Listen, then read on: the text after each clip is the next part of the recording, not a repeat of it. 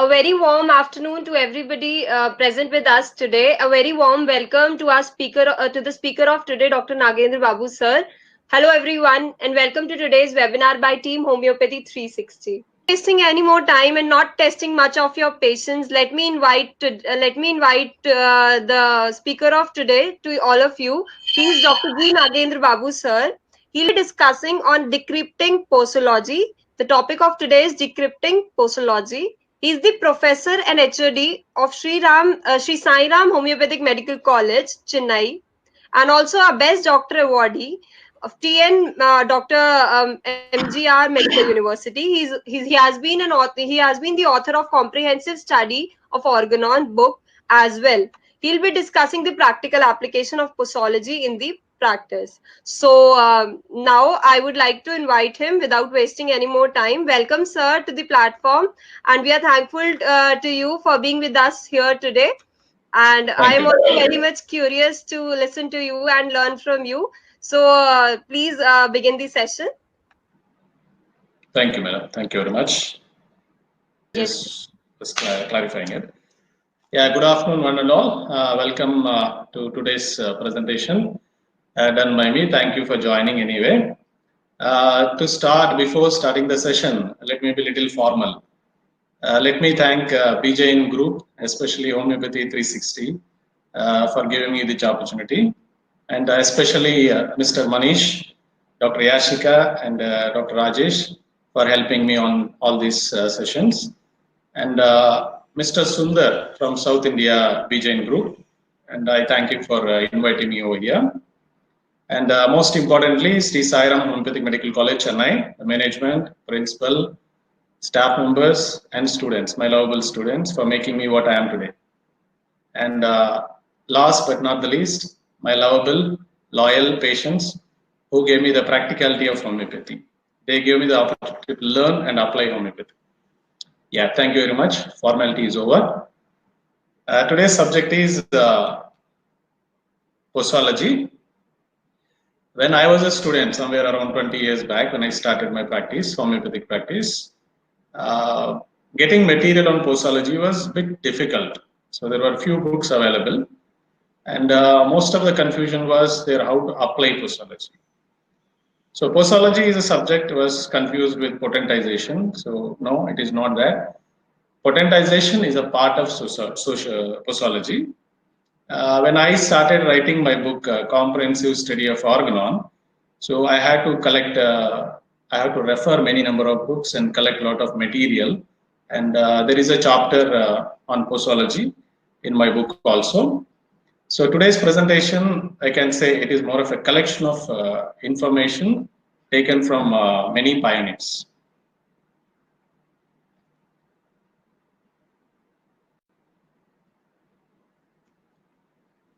Like Master Heinemann in Chronic Diseases book says, most of the time, any physician will make 3 mistakes in their practice. First thing is selection of simillimum. Second thing is selection of potency. And third one is repetition of dose and potency. I've included potency and dose there. Let us discuss in the next consecutive slides. We all know selection of simillimum. It's very known to us. It's very tough task in homeopathy, especially when you are a constitutional classical prescriber. You know how difficult it is to select a simillimum. In Organon of Medicine, 6th edition, in a footnote, Heinemann says, the well-selected remedy does not fall into our mouth like a roasted chickens. We have to work out for it. You know, selection of simillimum is very tough. You need a knowledge of medicine. You need a knowledge of general medicine, obstetrics, surgery, and everything in the first hand. Second thing, you must know the knowledge of Mater Medica. You must master it. And once you are mastering Mater Medica, you need a knowledge of organon. So evaluation of symptoms. Before that evaluation, we have to do analysis of the symptoms. The evaluation is a process. After the evaluation, again, we are going for referring Mater Medica and repertorization. Such processes are there. It's a very industrial process. That is what the very difficult pass in homeopathy. Once the selection of simillimum is over, next comes the stage of selecting the potency and repetition of doses.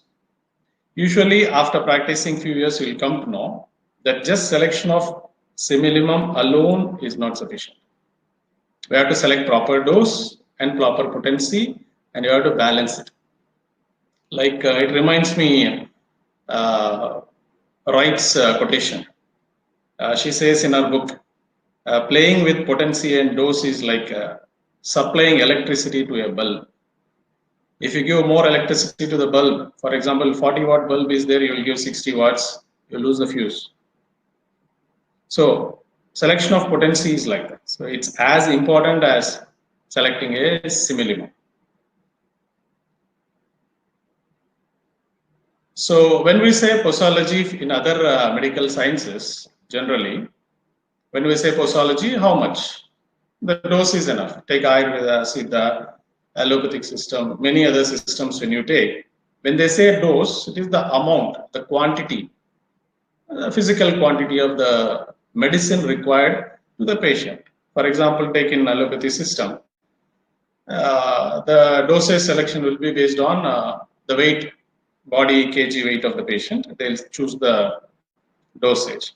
But what makes homeopathic posology unique is the potency and the dose, which the juniors have to make clear. Seniors, anyway, they are mastered in it now. Potency and dose. These are the two aspects which you have to have a clear-cut idea about. Here I'll take one story. I'll tell you one story. In the pre-independent area in India, one fellow started a big company, and it was an industrialization time, and he purchased a big machine from UK. He got it from UK, and he started his factory. Factory was running very beautifully. Machine had a good work, and after a few days, suddenly the machine stopped working. So he got puzzled. He called all the engineers. They tried it. Nobody could find out what is the problem with the machine. So obviously, he had to call up the manufacturers of the machine, UK. And from UK, one master engineer came. And he inspected the machine for some time. And he asked for a hammer. And hammer was provided. And exactly on one screw, he gave a small hit. Immediately after the hit, the machine started working. And he went back, the machine started working, everyone is happy. After a few days, a bill came to the factory, 15,000 US dollars. The company fellow shocked, and he wanted to recheck it. He called them and said, maybe the bill is wrong. The engineer said, no master, the bill is right. The $1 is for the hammer hit, and the remaining amount is to know where to hit exactly. So this is the art. Now apply the same thing to our potency and dose now. So usually we'll come across some senior homeopathic doctors who are charging heavily, right? And most of the patients will complain, sir, homeopathic medicines are very cheaper. Why this fellow is charging hectically, heavily? Because the master knows where to hit exactly. And he is charging for his masteriness. So that is what the posology. You can see to achieve the cure. In the diagram you can see the posology is nothing but where to hit, when to hit, and how to hit. This is what the specialty of homeopathy. And it is not yet clear what is potency and dose, right?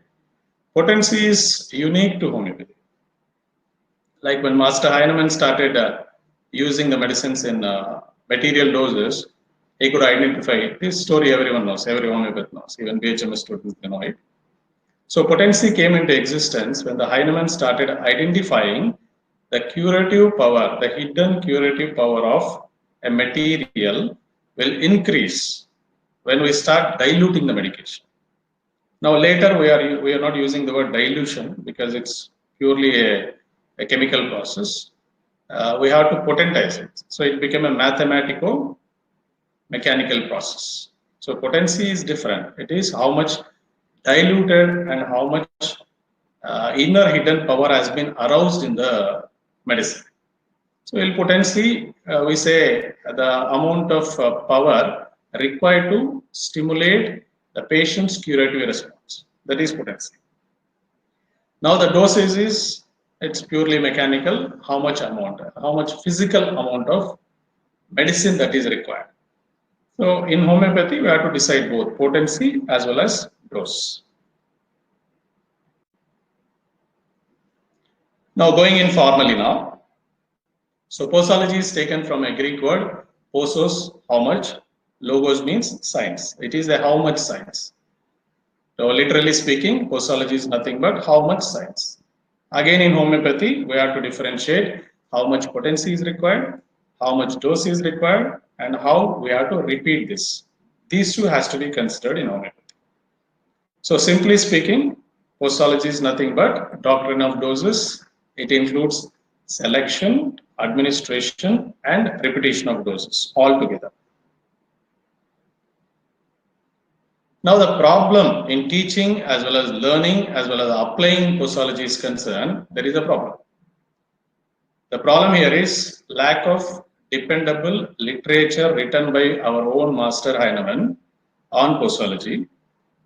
Whenever you search, very literature of Heinemann says, accurate experience can alone determine.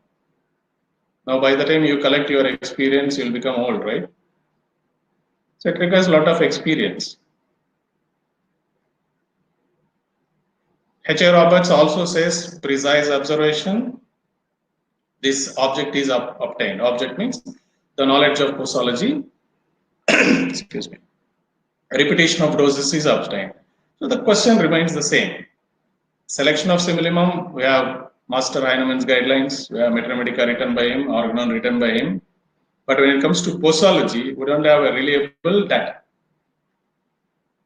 Now see the Stuart Close, who has a chapter, posology, right? Most of the points that we collect is from his book only, Genius of Homeopathy, Stuart Close. See the last line, number of differing potencies he possesses, the physician possesses, and the skill with which he uses them. Skill is what? To do what others cannot do is the skill. So again, it brings us to the artistic aspect. So teaching posology, learning posology, applying posology still remains a question mark. So when I was a student, I learned this. By the time you go, you practice, you learn this, you'll become bald, you become old. Your experience is useless. Right? So we'll have to learn, we'll have to descript posology, we have to learn from the others' experiences. So we have to fetch the comb from the old man and we have to comb our hair when we are still young. Now let us be little, let us get some supports from our theory. Let us be a science, learn the science first. Because to learn posology, no other volume is left out. We have to depend on our pioneers from different schools. Now, what is this posology? Let us think practical. The curative remedy in homeopathy has to be applied. Please listen to me carefully. The curative remedy in homeopathic practice has to be applied only once consulting the surgery, obstetrics, and general medicine. See, you will prescribe a constitutional curative remedy only in curative cases which are dynamic in nature. Mechanical causes and chemical causes has to be treated with mechanical. So Stuart Close says MCD, the causes of diseases, mechanical, chemical, and dynamic. Mechanical cases, like tomorrow Dr. Yashika is presenting, I hope, cervical spondylitis, all these disorders, where you require mechanical aid along with your indicated remedy. Example, therapeutic measures other than drugs. Dr. Heinemann says 289 to 291 aphorisms. Heinemann says just administration of the remedy is not sufficient. In chronic disease also, antisoric treatment, Heinemann says select the remedy, administer the antisoric remedy, and diet and regime is also important. So you can put the exercise, physiotherapy, yoga, dietetics, and all these things under diet and regime. So before prescribing antisoric remedy or classical constitutional remedy, you have to rule out whether the disease is in a curable condition or incurable condition or pathologically advanced condition. Only in curable cases we have to apply our anti-soric curative remedies. First, we have to make sure about it. Once we have done that, now the entire classical homeopathy comes in, Heinemann and homeopathy, whatever you call it as. Now, to understand posology, coming back to the subject. Posology is nothing but the playing of medicine with the Trinity. What is this Trinity? Body, mind, and spirit. Now, we have controversy. We don't have spirit, right? So replace the spirit with vital force. Okay, body, mind, and vital force. When you are understanding posological principles, please remove all the pathological principles. Now we have to come back to classical homeopathy. Unless you do that, you cannot understand posological principles. So first point is what? That body, organism, which contains the vital force. Now into this vital force, the vital force is dynamic. And you are introducing a dynamic medicine which has to be more powerful than the dynamic miasma. So three forces are playing here. You have to make sure to understand the posological principles. First, you have to understand vital force is dynamic. The disease causing force miasm is dynamic, and the power which releases us from the miasmatic force, vital force, is also dynamic. So these three I call it as a trinity. So it's a play of trinity. It's a diagrammatic representation. So Heinemann says health is a negative term. What is a negative term? Absence of symptoms. In a healthy condition of a man, the patient is very happy. The person is very happy. He's not patient. The organism is enjoying its life. Okay, there are no symptoms at all. No symptoms is negativity. Once the miasm attacks, see the right side diagram, miasm, the equilibrium is disturbed. This disturbance equilibrium, disturbed equilibrium, we call it as dis-ease. The dis-ease inner centers. Now, who is going to correct this? On the left side, we have medicine. But if you forcefully put heavy weight on the other side, it may fall down again, totally. So it is nothing but the power balance. And how much power, when to use, and where to use is what posology says. So with the help of posology, you have to correctly balance the potency and the dosage. For the easy understanding, I have made this diagram on myself. Simply speaking, as the potencies start increasing, mechanically your medicine physical quantity is reducing, but their capacity to produce mental symptoms, PQRS, and peculiar uncommon symptoms will increase. That is why in most of the physical cases, in a palliative physical conditions, we go for low potency, and in mental diseases and constitutional reactions whenever expected, we are going for higher potency. This is a simple methodology we have to identify. So once we'll understand potency now. So whatever we are discussing now, it will be limited to potency. The dosage will be discussed at the end. I'll come to it later. So what are the prerequisites, ideas you must have to understand the potency? To select the potency, first and foremost thing I strongly recommend is the knowledge of susceptibility. Without susceptibility, selection of potency is almost impossible. So once you understand susceptibility, simply speaking, I'm not going to the definitions. I don't want to be formal over here. Susceptibility, your ability to get affected, how sensitive you are, how reactive you are. That character makes you a susceptible person. So to select the potency, first and foremost thing is susceptibility. Then remedy reaction is a chapter. Most of the BHMS institutions we do neglect. Either teacher will neglect or the student will neglect. We'll try to understand remedy reaction only at the final year or the MD classes. Scenario has changed now a little bit. Now the site of the disease. Where exactly the potency you are applying? Site of the disease, like for example, when we read Silesia, we know it's a surgeon's knife, right? So it has a capacity to burst out your abscess. The site of the disease is very, very important. Excuse me.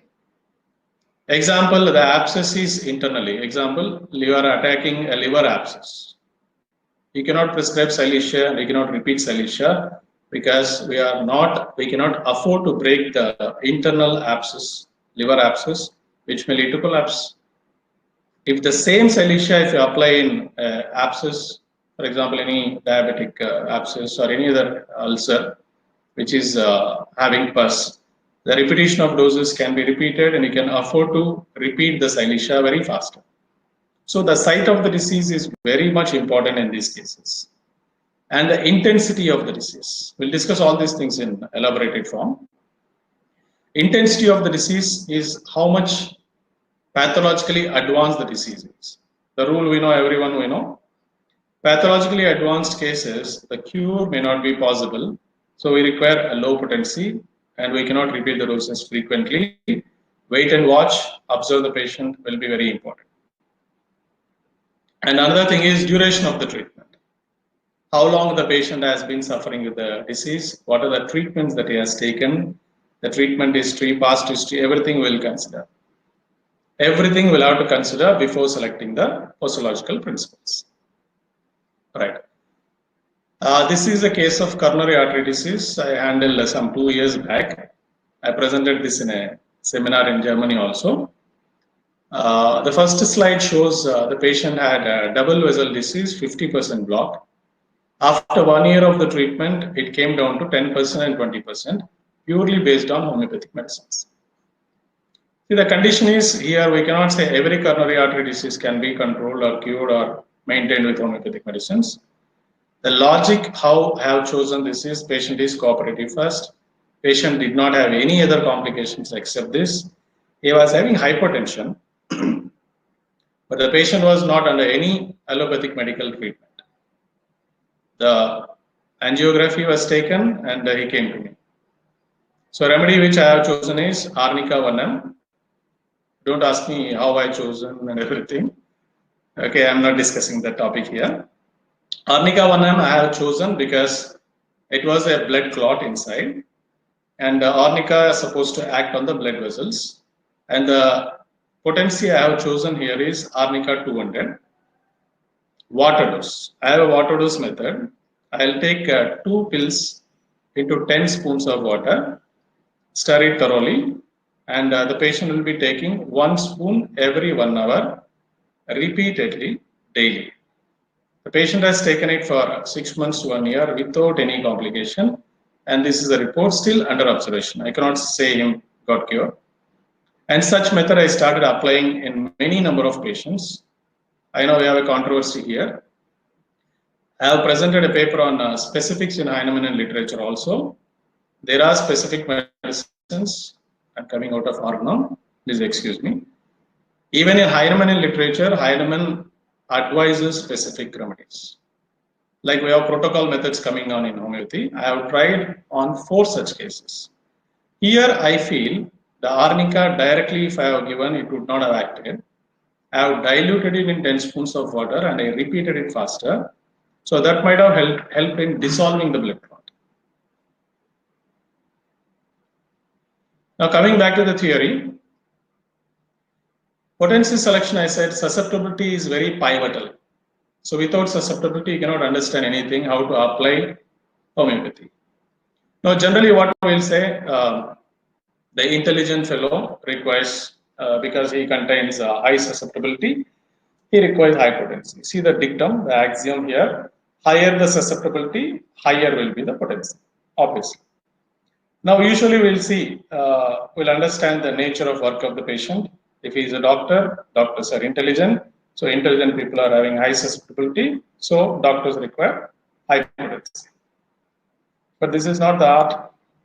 I have seen a rickshaw puller who is very intelligent, maybe because of his family problems or because of his poor status, he could not go to the school, but he is very intelligent.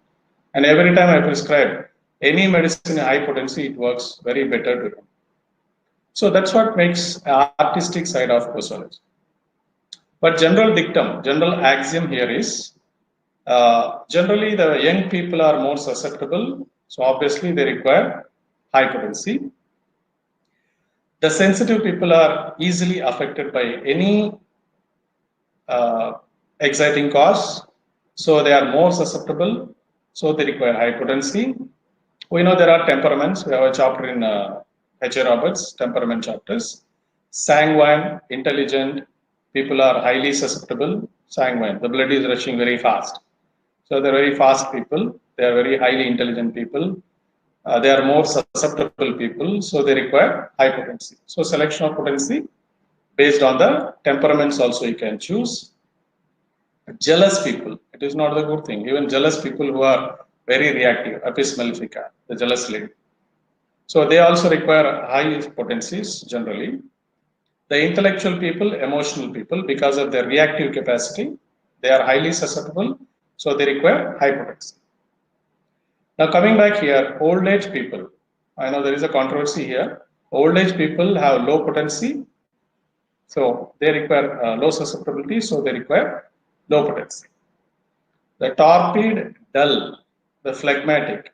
The phlegmatic constitution is very dull, very sober, so they require low potency. And sluggish people, obviously. There is again one controversy. Kalkireikov is there. He is basically inertic, but he is not dull. He is inertic, but highly reactive. So we have to be very careful when choosing such subjects. These are the guidelines where we can choose the potency. Third point here is functional pathology. SORA, right? Generally, SORA has a reversible functional pathology. So functional pathology, diseases where you have functional pathology, you can go for high potencies.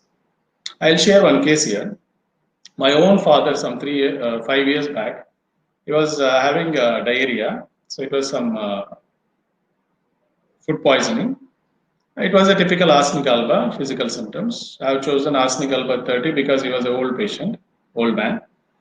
So even repeatedly when I administered, I tried in water dose, my own water dose, it didn't work out. When I shifted to arsenic alba 1M, so he reacted very faster. Within half a day, his problem stopped. So maybe that is a functional pathology where his reactivity was high, the pathology has high, symptom similarity was very better. You can see the more the similar the remedy is indicated, the higher will be the potency. These are the dictums we have to make in practice. Higher the vitality. If the vital force capacity is high, so it can easily take the remedy and it can produce the curative response, the primary response and the curative response. The curative response will be higher, so you have to go for higher potencies. Homeopathy is dynamic, we said. We are acting in a dynamic level. So mental symptoms. So the graph which I have shown you in the back, the mental picture, if it is similar, the remedy has a capacity to produce a mental similar remedy only in a higher potency. So based on the available mental picture, so obviously you have to choose the remedy in a higher potency. So the dictum here is higher the similarity of the symptoms, higher will be the potency. Higher the similarity of a mental picture of the patient suiting with the selected remedy, higher will be the potency. Another dictum we have learned in our potentization classes, drugs with crude, violent nature. Drugs which are very crude, very dull, poor indicated. For example, Silesia is there, which is very dormant in its physical property. It will work only when you highly potentize it. So that is why Silesia works better in higher potencies. Remedies which are violent in nature.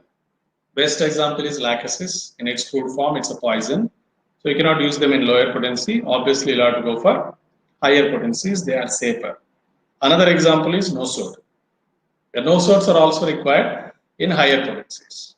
Better to choose them in higher potencies. Now coming to the lower potency, advanced pathology. The best example for this is cancer today. Most of the cancer cases, we cannot boast cure over. We may have to palliate, we have to maintain the quality of life. So you have to control the advanced pathology with the least possible potency selection we'll have to do. So obviously, the vitality is diminished in advanced pathological conditions. So you have to select a low potency.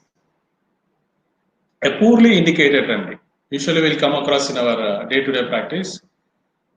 Patients may be indolent, or patients might have gone to some other doctor. Patients might have faced repeated failures.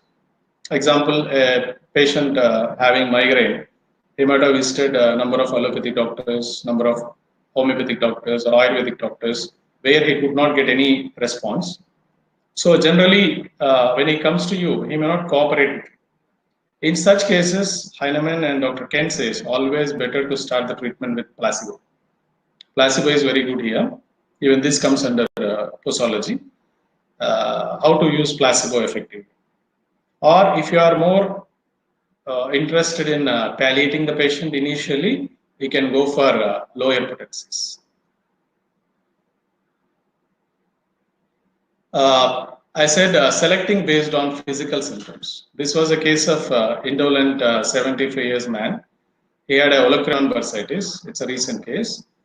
The remedy I have chosen purely based on specificity is Ruta.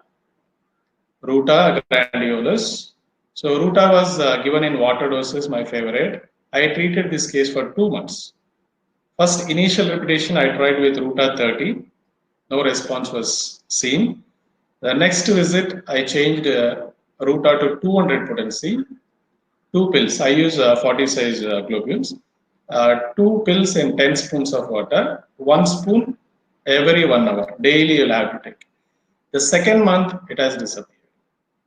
So here the selection of remedy was not based on any classical method, purely based on the pathology, the sphere of action of Ruta. I have chosen Ruta and I have repeated it. And it became specific to me in 2 to 3 cases also.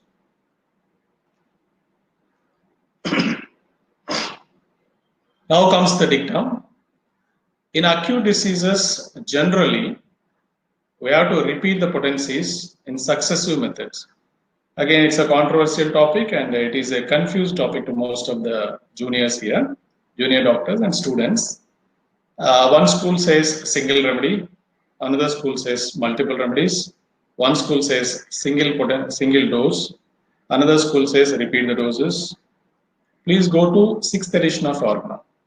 See, most of the doctors are sticking to 5th edition of Organon. In homeopathy alone, we are sticking on to the old editions without use the advanced editions. See, when you go to 6th edition of Organon, 282 footnote, Heinemann says, the recently developed miasmatic diseases, they not only tolerate but also require frequent repetition of doses. So you have to repeat the doses very frequently in acute diseases. Another quote I'll get from B.K. Sarkar. Heinemann's Organon, B.K. Sarkar says, acute diseases, the pathology is very violent and faster.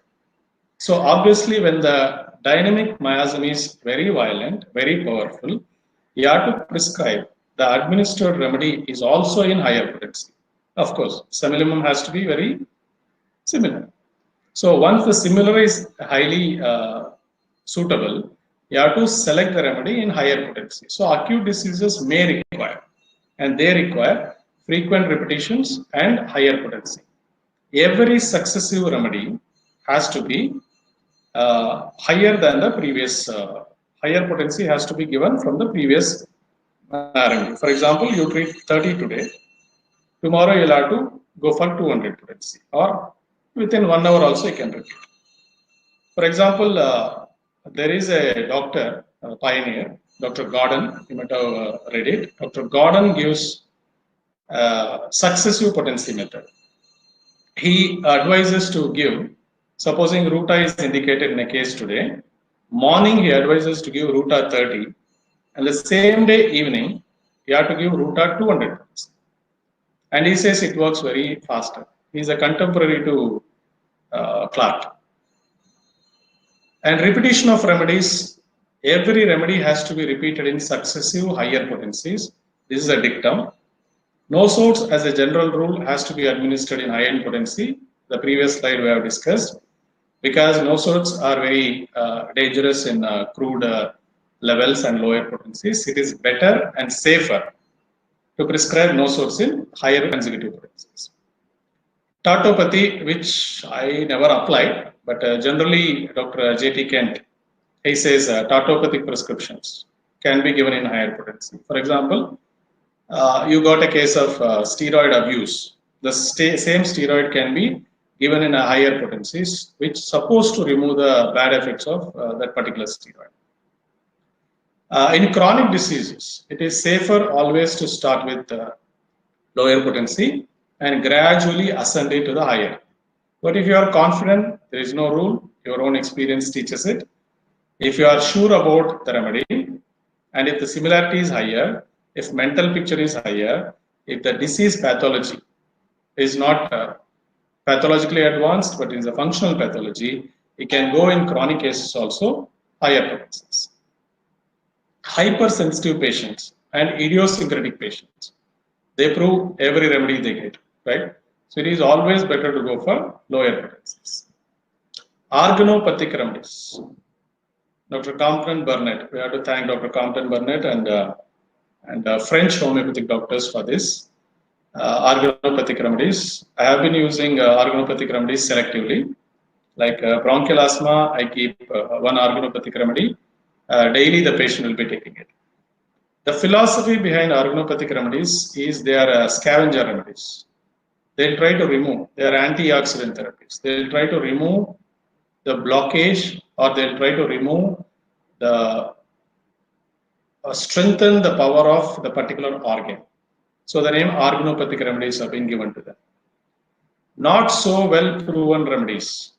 Boric is filled with it, right? Whenever we teach third year and final year remedies, like your Ravalfia, Justicia, Adatoda, Bacopa. So these type of remedies, if you go to Ravalfia, only one indication will be there. If you go to Cyzesium, they are not proven according to Heinemann principles, but still we are using them. So they, until unless they have been well proven again, so it is better always to administer these remedies in a low potency, or if possible in mother tincture forms also. That is why these remedies are generally used in mother tincture forms. This is another case of diabetic ulcer I treated. The path I have chosen here is the patient is around 58 years age. He is a Muslim and he is a real estate businessman. He is a very rich fellow, and he has been taking insulin for around 15 to 16 years, and he cannot survive without insulin. Now he developed this ulcer. So what I have chosen here is I have chosen Tarantula cubensis water dose. Don't ask me what is the indication. I'm not going there. I'm limiting to postology. We'll have a discussion later. Tarantula cubensis water dose, but along with Tarantula, he was continuing his insulin treatment as per the dose. I don't call it as a classical case, but my intention was the patient was expecting me to control, I don't use the word cure here, control the diabetic ulcer. So I have chosen, of course, I have changed the remedies also in between along with the Tarantula cubensis. 4 months it has taken for me completely. It got eradicated, no recurrence so far. It happened 2 years back. Another important thing, we said where to hit, when to hit. The time of administration in postology is very important. I'll quote one from Master first. Two indications Master gives. One, the important episode now happening is the pandemic and epidemics. Once the patient comes from an epidemic attack, he recovers. Heinemann invariably advises to use Heparsulf-1 as an anti-suric remedy. This is supposed to improve the patient and bring back the previous healthy condition of the vital force. So Heinemann specifically recommends Heparsulf in high doses after the patient recovers from epidemic. For example, go back to intermittent diseases.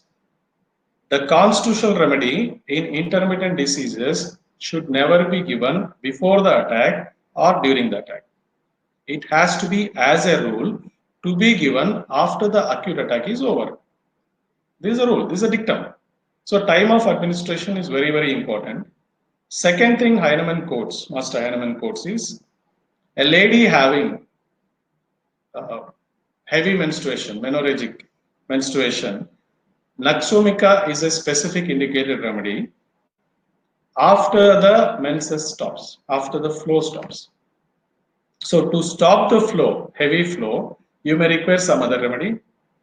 But after the lady recovers from the acute attack, Naxomica has to be given after the period is over. So time of administration also very important in postological principles. So some important indications, time of administration, I have taken this from Principles of Practice by Davle sir. Best time for selecting or administering the antisuric remedy is early morning by empty stomach. Why this? The patient's vitality is very fresh. The patient's mind is very fresh. So once after a good sleep, when the patient gets up, the best time will be early morning by empty stomach. Sulfur acts best by empty stomach. And another thing is Naxomica is better to administer in the evening times because that is the aggravation time for Naxomica. The Nosodes intercurrent constitutional remedies administered after the acute attack is over. Yes, there are some theses have been produced by so many doctors that Nosodes can be used as an indicated remedy also. We are not opposing that. If symptoms are indicating, Nosodes can be used even during the acute attack also. But Nosodes have to be given always with caution.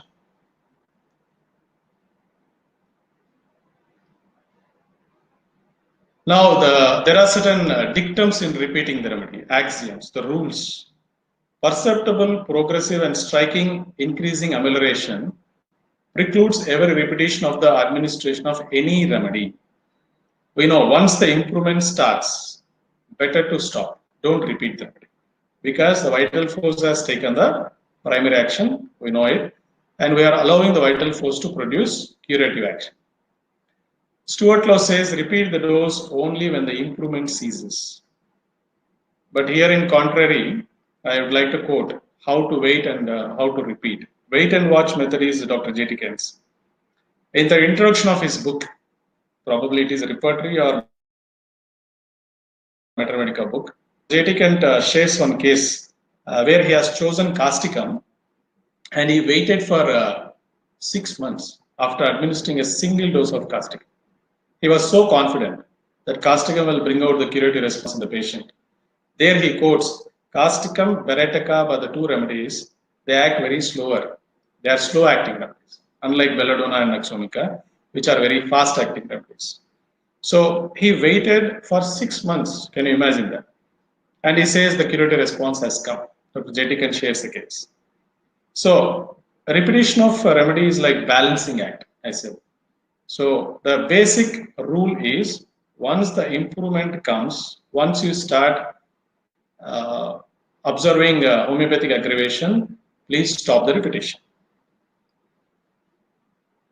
I made a table for the same, which already we have discussed. Stop repeating once the curative response is seen. How to identify curative response? Organon is filled with it. Homeopathic aggravation. Status quo. I think this point Dr. Davle has discussed very nicely in his cases, Principles and Practice of Homeopathy. Status quo is a condition where nothing seems to be happening. You administer the remedy, you have chosen the remedy very carefully, you are so confident about the indicated remedy, but the patient says nothing is happening. Neither aggravation nor amelioration. Dr. J.T. Kent and Dr. Davle says, please wait. Don't repeat. Stop repeating. The vital force might have taken or might not have taken. So if vital force has taken the action, primary action, any time we can get the curative response. So any repetition may spoil it, according to him.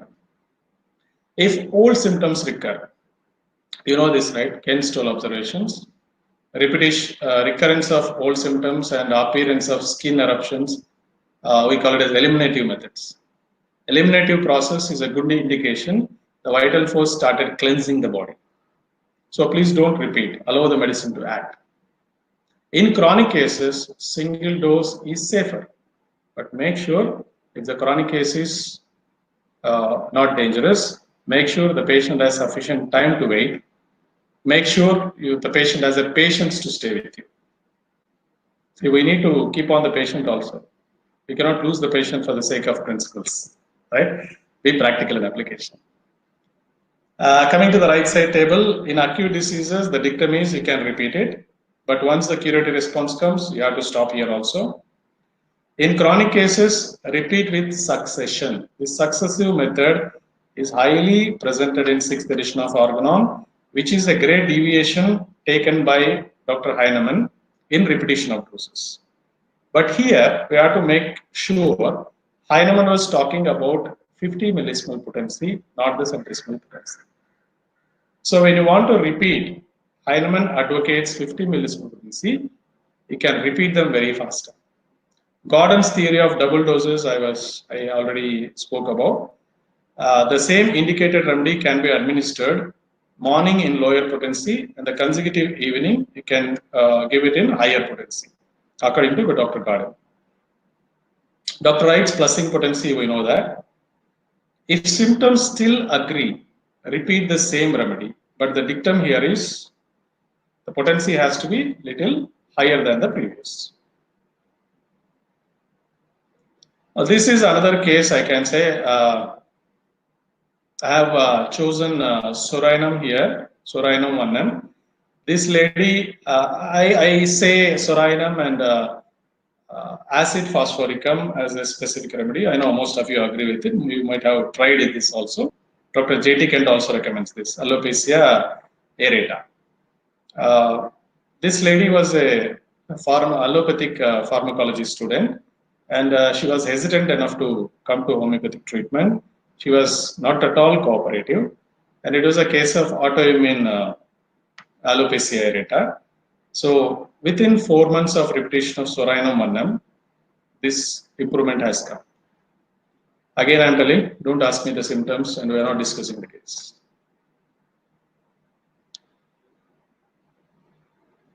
So this we have already discussed. If the first potency is not beneficial, give the same remedy in different potency. If symptom picture changes, miasmatic remedies that follow, complementaries. If improvement ceases, change the remedy, give a no-sort because there is a miasmatic blockage, or give a miasmatic remedy or intercurrent remedy. I call using no-sorts, miasmatic remedies, intercurrent remedies as a gear change. You change from first gear to second gear. So we have to bring up the speed. So it's a gear change. Intercurrent remedy is a gear change. French homeopaths and Dr. Compton has given organopathic remedies. They are the drainage remedies. Sometimes you may require that. Sometimes what happens is, in my experience, I share one case of urticaria. In fact, I started applying in every case of urticaria this method. I used to prescribe antimonium crudum. A patient who is a carpenter. So he came to me with recurrences of urticaria. He has been having for 6 to 7 years. He tried all allopathic medications. There was an initial improvement. Obviously, they come to homeopathy. So one thing I said, he has to take bath after his work. He should not take bath in the morning. Even if he takes after his work, he has to take bath. My explanation there was, along with antimonium crudum, so I asked him to cleanse his body. Maybe the powder particles, the wooden cutting powder particles, might have blocked the sweat glands. So once the cleaning is done, the sweating has started coming out, the patient improved, and the recurrence of urticaria has stopped. So the indicated remedy administration alone doesn't help over. Along with that, you will have to apply diet and regime also. In severe aggravations, if the patient is vitality is less, the disease is very pathologically advanced, it is always better to antidote it. When reverse order of Hering's law is coming, that means symptoms takes wrong direction, you require antidote. Again, there is a controversy. Homeopathy is born with controversy. I told you the topic itself is controversial because we don't have any dependable data given by our master Heinemann. Can we alternate two remedies, one after the another. Most of the doctors will say it is not classical. But go to chronic disease theory of chronic diseases, under chapter psychosis, the primary manifestation of psychosis, Heinemann says the thuja and acid nitricum can be altered one after the other. Now come to Boehning essence, follow-up remedies. Then what is the remedy reaction then? What is the second prescription then? See, you may have to repeat the remedies in cases. By 6th edition, the rules have changed. The single remedy is no more a classical. Of course, if you can achieve a cure by single remedy, you are a master prescriber. A remedy reaction is also a part of posology principle, according to me, because posology deals with selection of potency, repetition of doses. When it comes to repetition of doses, Kent's 12 observation teaches you a lot. But one point I observed, I have been teaching Organon and Metromedica for around 20 times. I would have repeated theory of chronic disease to my students. If you go to anti-psoric remedy in chronic diseases book, the Kent 12 observations have been already explained by our master Heinemann, which Kent has elaborated and made it very simple. Please go and refer them. Anti-psoric remedy under theory of chronic diseases, the 12 observations of Kent are always present in chronic diseases. This is my opinion. This you might have studied in BHMS and MD classes. This is the repetition. Prolonged aggravation and final decline of the patient. We'll just go through very faster. Prolonged aggravation and final decline. The death of the patient has happened. So what we have done here, according to our previous theoretical knowledge, we have to understand. We try to attempt a pathologically advanced case. For example, to make it simple, we are attempting an advanced cancer case where the disease has advanced very faster. Here, palliation has to be done because there is no vitality left out. When vitality is not there, if you prescribe a higher potency and repeat the doses very faster, the vital force cannot withstand it. So even vital force response, the body is not in a condition to take the secondary curative response. So death is inevitable.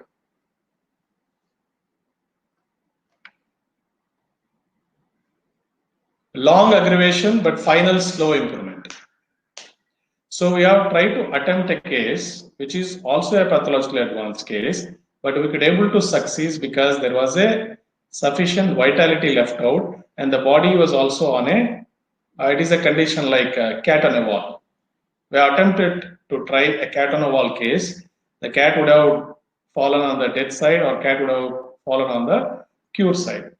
So we attempted. So long aggravation and final slow improvement. I am not going into deep because we already studied this.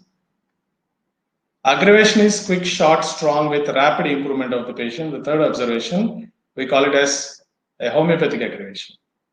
After administering a remedy, the aggravation is seen, which is quick, short, strong with rapid improvement of the patient. So we are very happy because we can promise the patient, yes, aggravation is seen, my medicine has acted, so you got cured.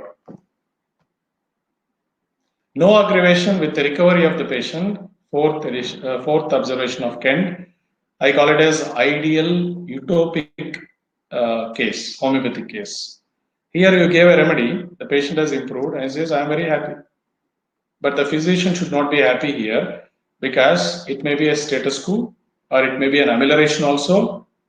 You cannot guarantee the patient. Only by observation you can understand. So third observation is comparatively indicated in a practice than a fourth observation of Kent. It's a case of parotid cyst. There was a history of cancer in their family. So the surgeon wanted to operate and send it for biopsy reports, but the family was not ready for that. So I have chosen remedy apis mellifica and iodine alternatively repeated. And 3 months the improvement has seen. But in this case, again, I went for water dose. I repeated only a single dose in the morning because it was a 5 months baby, I hope. The repetition of doses, I limited myself. The dose selected was also very less 200 potency, and daily a single dose was given. Amelioration comes first and aggravation afterwards. Either the remedy was superficially selected as a palliative, so aggravation came, amelioration came and the patient was aggravating. So the aggravation may be disease was recurring again. So you have to again take the case and you have to select a remedy. Too short relief of symptoms. That means the remedy was superficially selected. So what to do now? It was only palliative. Either you have not taken the case properly or you are trying to attempt a pathologically advanced case. Full-time amelioration of the patient, yet no relief of the patient. So organic damage has happened, or you are attempting a case which was not curable. So you have to only palliate the case. Prognosis will be very bad.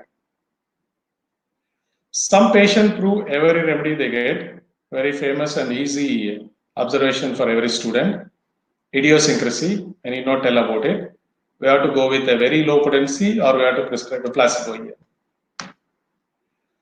Action of medicine upon prover. It is not a therapeutic observation. It is an observation of a prover. New symptoms appearing. That means the patient was going in a opposite manner of Hering's law of cure. When any new symptoms develops, you have to note down those new symptoms and you have to identify whether these symptoms are the symptoms of the remedy administered or the disease symptoms. Both of them are very bad. That means the remedy was not chosen properly. You will have to change the remedy. Old symptoms recur. When the old symptoms recur, it is a very good indication. So we have to stop the remedy, repeating the remedy, and we have to observe and watch. Symptoms takes wrong direction. That means the case was getting suppressed. Suppression is not at all indicated in homeopathy. At least palliation in aphorism number 67 footnote I says, but suppression is not at all indicated. It is very dangerous to the patient. It goes from periphery to center. So always it is better to antidote or change the remedy or change the total plan of treatment. Placebo, we said, I think we have elaborated discussion by a speaker previously on placebo. Placebo can be used intelligently by a practitioner, which is very useful in our posology. Dosage. Now, today, when you go to any state in India right now, the current scenario, arsenic alba 30 is indicated for COVID-19, but some doctors are prescribing 2 pills, some doctors are prescribing 3 pills, some are prescribing 4 pills. So here the selection of the dosage. The dosage is the amount of the medicine required, the physical amount of the medicine required, sufficient enough to moisten the tongue or trying to stimulate the nerve endings on the tongue. So if you are using 40 size globules, you can go for 2 pills. If you are using 30 size globules, you can go for 3 pills. If you are using more than that, you can go for 4 pills or 5 pills. So like that, you can choose your dosage. Dosage is a physical quantity. The quotation where on the slide I have taken from Boningassen's book. This is the quotation you will get from Stuart Close, Posology, chapter in Genius of Homeopathy book. After discussing posology, again Stuart Close concludes, any potency or any dose can be used by a skillful physician in an effective manner. Thank you very much for sparing your time and patiently listening to me. Thank you very much. Your feedback is expected. Thank you, Doctor. Thank you. Thank you so much, sir. Thank you so much for such a nice session on posology and describing each and every point so clearly. We have a question answer session now. So I would like to request our audience to please put up your questions in the chat box, whichever question you have from sir. we already had some questions, sir. Shall I? Please, ma'am. Shall I just explain? There was a question from Dr. Dhruv Panchal. He's saying how to start the dose for the patient, means how to move with potency from high to low or low to high. I think Please explain. we have discussed this already. In acute cases, we have already said if the pathology is functional and if the selected remedy is highly similimum, you can go for a high potency. If in acute cases, if the similimum remedy is not exactly selected, it is always better to start with low potency and gradually increase to the higher. Okay, sir. Thank you. There is one more question from Dr. Janini Ravachandran. She's asking. She's asking that it was a advanced pathological condition, the case you were dealing with, and he was an old man suffering from a chronic disease. So her question is regarding the potency, why Arnica 1M was being selected. Yeah, it's a good question. Like I said, if you can recall my father's own case, arsenic alba was chosen. I gave arsenic alba 30. It didn't work. When I switched to arsenic alba 1M, it worked very faster. First thing is, my father never had any problems. He was neurologically old, but mentally he was very strong.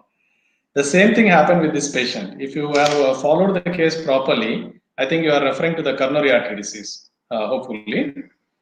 The patient was having coronary artery disease, double vessel disease, and he was diagnosed with double vessel disease. The patient was not under any medication. And the patient was hale and healthy, except the reports were troubling him. And he was not taking any medication. He was still working in a private company. And he has a good life, no sugar, nothing was there. So I have taken the chance. Okay. So there is one more question from Dr. Sharmishta. She's asking when and how to select the same medicine with different potency. Like if you, as per the case, she's asking like low to high. How can we select the same medicine?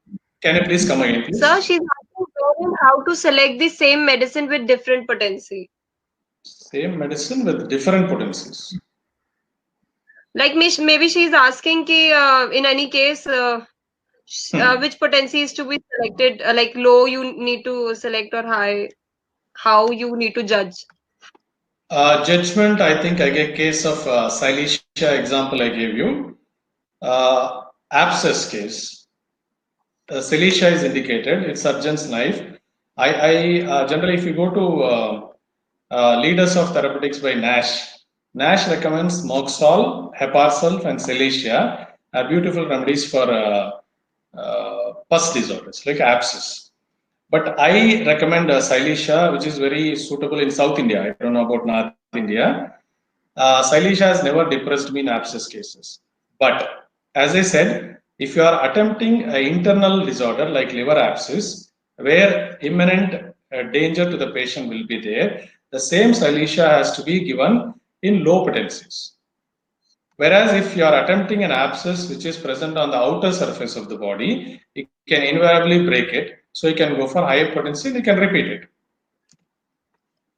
Okay, right? so Same. I think the question has to be a little precise. You can retype it, doctor.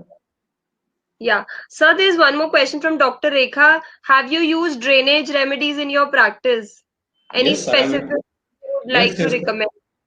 Yeah, I told you I am a teacher of Organon, but I call myself as a scientific homeopath. Whether you like it or you don't like it, I have presented so many papers on specifics in Heinemann literature and pioneers of homeopathy.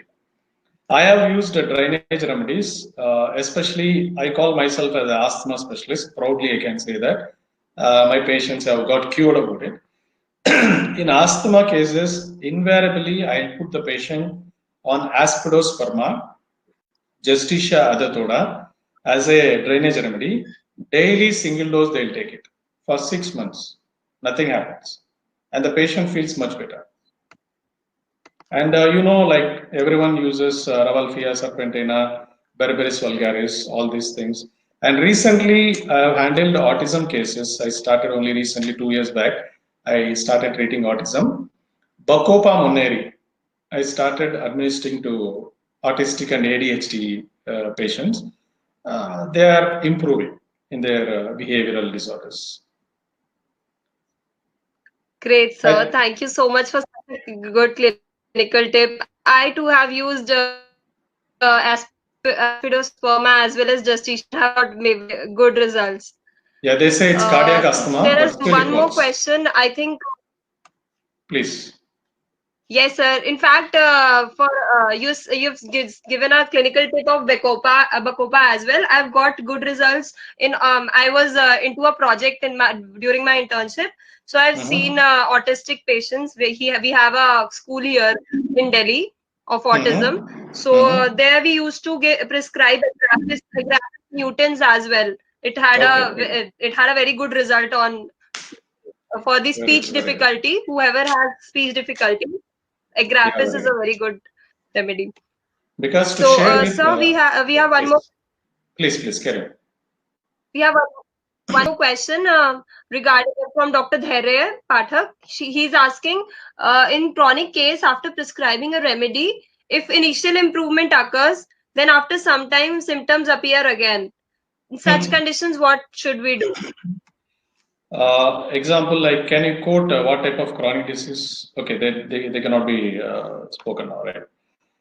In chronic diseases, initial improvement is there and later the symptoms recurs, right? Hello? Hello? Yes, sir. Yes, sir. Yes, sir. You're audible.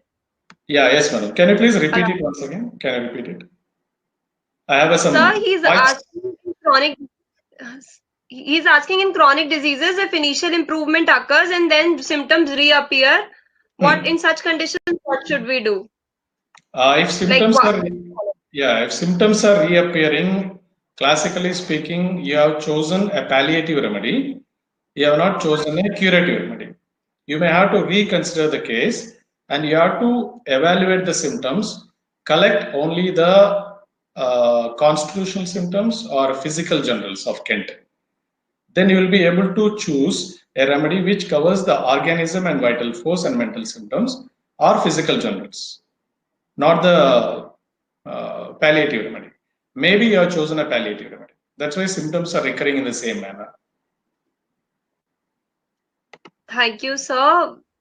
There is one more question from Dr. Kaushal. He's asking, sir, as you said, we should administer constitutional remedy only after an acute attack is over. Then in case of asthma, where the patient is prone to attack every day, how we are supposed to deal with the case? Can we give the constitutional at that time, or the specific is enough? Constitutional remedy as a rule, and practically even I believe 100%, should not be given during the acute attack, because see, even theoretically speaking, acute attack is the exacerbation because of some exciting cause, whereas chronic case is because of the fundamental cause. So to eradicate the fundamental cause, for example, let us take technically also, medically, general medically, a patient would have had acute exacerbation because of some precipitating factor, whereas the main fundamental cause is the elevated immunoglobulin autoimmune level, so which may not be controlled over a period of time. First, you have to administer an acute remedy or acute asthmatic remedy which covers the acute attacks, the particular current episode. That acute totality you have to collect. I think there is no controversy here, because spiritual homeopath J.T. Kent also agrees. A physician who confuses between acute totality and chronic totality will not achieve his goal. First, you must know how to choose the acute totality. Once acute totality is selected, for which acute remedy has to be administered, when the patient recovers, then you will have to administer a constitutional remedy based on the chronic totality. Great, sir. Thank you so much. There is one more question from Dr. Jay Sangotkar. He's asked, asking, sir, Boric mentions under few remedies that the remedies should not be repeated frequently. But Hahnemann, Master Hahnemann has mentioned in the Organon of Medicine that repetition should be done as the case demands. So what should we do? I think Master knows everything. We can go with Dr. Heinemann. And second thing is, as far as posology is concerned, the basic dictum is experience, your skill. And I don't think so you cannot apply them generally. If you are attempting a pathologically advanced severe case, please don't repeat them, wait and watch by giving a single dosage. Whereas if you are attempting a chronic case, give a single dose and wait and watch. Right? Thank you. Thank you. Well, there's one more question. I think this cannot be answered from Dr. Priya Gauri. It needs another session. Route of administration, relation with selection of potency. Route of administration. Yeah, relationship with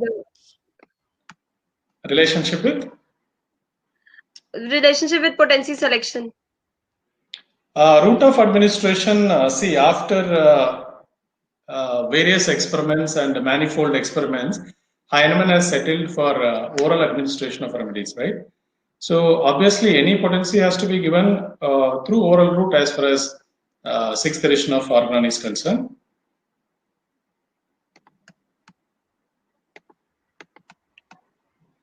Thank you, sir. We have more questions.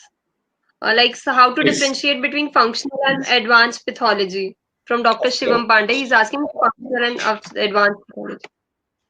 Of course, that's what makes us a scientific homeopath. See, in BHMS portion and MD portion, we are also reading general medicine, obstetrics, surgery, and pathology. Why do we read that? To understand the pathology. In second year, you're reading pathology, microbiology in par with MBBS students. Why do we do that? To understand. For example, Stuart Low's general pathology chapter, if you understand, Stuart Low says in disseminated microbiological infections, homeopathy may not be useful. Disseminated, because it has widespread. You may have to admit the patient. The same thing applied to COVID-19, current scenario now. As per WHO is concerned, the pathology of COVID can be divided in 4 grades. First 2 grades are managed with OPD cases. So homeopathy has a role there. The advanced cases, when the COVID goes inside, that means the lower respiratory tract, and severe acute respiratory distress happens, fibrosis of lungs happens, obviously OPD you cannot treat it, right? So you may have to admit the patient in the IPD. You require help of allopathy physician or a person who can handle them properly. So your general pathology is helping you, your knowledge of medicine is helping you to differentiate advanced pathology and functional pathology. And one other thing, classically speaking, you cannot evaluate the symptoms, the totality of symptoms, unless you know the pathology of the patient. All pathological symptoms are not considered for the evaluation, isn't it?